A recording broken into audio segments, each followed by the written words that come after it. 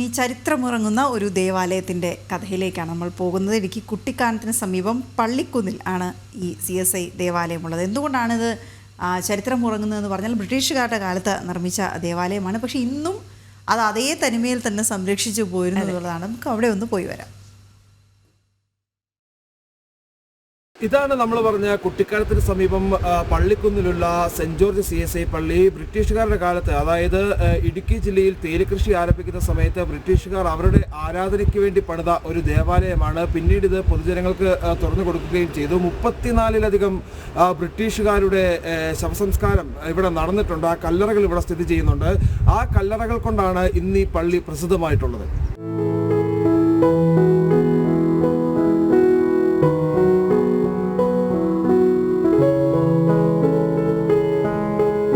പ്രൗഢിയും ചരിത്രവും ഇടകലർന്ന പള്ളിക്കുന്നിലെ saint George CSI ദേവാലയം ഇടുക്കിയിലെ ബ്രിട്ടീഷ് കാലഘട്ടത്തിന്റെ ചരിത്രമുറങ്ങുന്ന മണ്ണ്.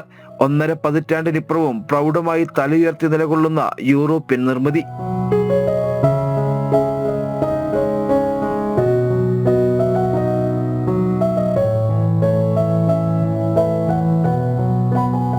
ജില്ലയിൽ ഈസ്റ്റ് ഇന്ത്യ കമ്പനിയുടെ നേതൃത്വത്തിൽ മലനിരകളിൽ തേയിലകൃഷി തുടങ്ങിയ കാലത്ത് 1869-ൽ ഹെൻറി ബേക്കർ ജൂനിയറാണ് ദേവാലയം നിർമ്മിച്ചത്.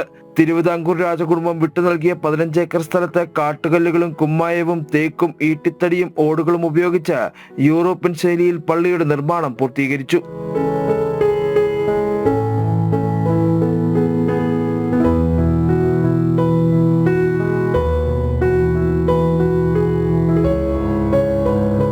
യൂറോപ്യൻ ശൈലിയുടെ തനിമ ചോരാതെ ഇപ്പോഴും ഈ ദേവാലയം സംരക്ഷിക്കപ്പെടുന്നു. പള്ളിയോട് ചേർന്നുള്ള ബ്രിട്ടീഷ് സെമിത്തേരിയാണ് മറ്റൊരു പ്രധാന ആകർഷണീയത.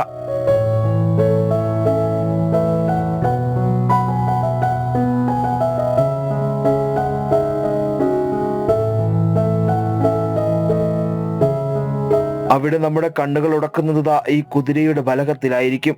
ഇടുക്കിയിലെ തേയിലത്തോട്ടങ്ങൾ പരുവപ്പെടുത്തിയ ജോൺ ഡാനിയൽ മൺട്രോയുടെ അരുമയായ ഡ്രൗണി എന്ന കുതിരയെ അടക്കം ചെയ്തിടം. സാഹസികത ഇഷ്ടപ്പെട്ടിരുന്ന മൺട്രോയുടെ യാത്രകൾ നയിച്ചിരുന്നത് ഡ്രൗണിയാണ്. ഒരു സായാഹ്ന സവാരിക്കിടെ 1898-ൽ ആഷ്ലി എസ്റ്റേറ്റിന് സമീപമുള്ള കൊക്കയിലേക്ക് വീണ് 63-ാം വയസ്സിൽ JD മൺട്രോയും സഹചാരിയായ ഡ്രൗണിയും കൊല്ലപ്പെടുകയായിരുന്നു.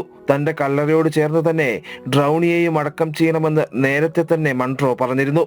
ഉറ്റവർ അത് സാധിച്ചു നൽകുകയും ചെയ്തു.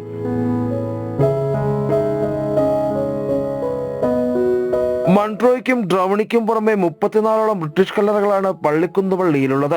കല്ലറകൾക്ക് നടുവിലായി കൈ നഷ്ടപ്പെട്ട ഒരു കുഞ്ഞുമാലാഖയുടെ പ്രതിമയും കാണാം. ജന്മദിനാഘോഷ വേളയിൽ മരണപ്പെട്ട 2 വയസ്സുകാരി ബ്രിജിറ്റ് മേരിയുടേതാണത്.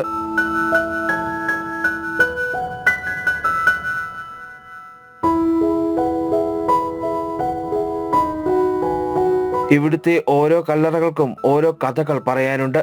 അവരുടെ ശവകുടീരങ്ങൾക്ക് മുകളിൽ അത് രേഖപ്പെടുത്തുകയും ചെയ്തിരിക്കുന്നു. സ്കോട്ട്ലൻഡ്, അയർലൻഡ്, ഇംഗ്ലണ്ട് എന്നിവിടങ്ങളിൽ നിന്നുള്ളവരുടെ കല്ലറകളാണ് മറ്റുള്ളവ.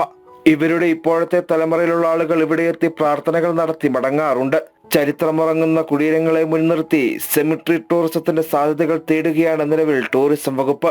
31 വിദേശികളെ സംസ്കരിച്ചിട്ടുള്ള മൂന്നാർ CSI പള്ളി കൂടി ചേർത്താണ് പദ്ധതി വിഭാവനം ചെയ്തിരിക്കുന്നത്. CSI സഭാ നേതൃത്വം ടൂറിസം പദ്ധതിയെ സ്വാഗതം ചെയ്യുന്നു. സെമിട്രി ടൂറിസം നിലവിൽ വരുന്നതിനെ സ്വാഗതം ചെയ്യുന്നു. ഇടുക്കിയിലേക്ക്, കേരളത്തിലേക്ക് എത്തുന്ന സഞ്ചാരികൾക്ക് അപൂർവ ചരിത്രങ്ങൾ പറയുന്ന തോട്ട വ്യവസായത്തിൻ്റെ ഗതകാല സ്മരണകളുള്ള പാരമ്പര്യം പേറുന്ന, അന്ന് പീരുമേടിലും ഇടുക്കിയിലും തേയിലത്തോട്ടങ്ങൾ സ്ഥാപിച്ചവരുടെ ശവകുടീരങ്ങൾ കാണുവാൻ, കൂടുതൽ ആളുകളെ ഇങ്ങോട്ടേക്ക് എത്തിക്കുവാനൊക്കെ സെമിട്രി ടൂറിസം വഴി കഴിയും. ഇടുക്കിയിലെ ബ്രിട്ടീഷ് കാലഘട്ടത്തിന്റെ ചരിത്രമുറങ്ങുന്ന അവശേഷിപ്പുകൾ. സെമിട്രി ടൂറിസത്തിലൂടെ ഈ ചരിത്രത്തിന്റെ ആഴമറിയാൻ കൂടുതൽ സഞ്ചാരികൾ എത്തുമെന്നാണ് പ്രതീക്ഷ. ജോസഫിനൊപ്പം സുബിൻ തോമസ്, ജനം, ഇടുക്കി.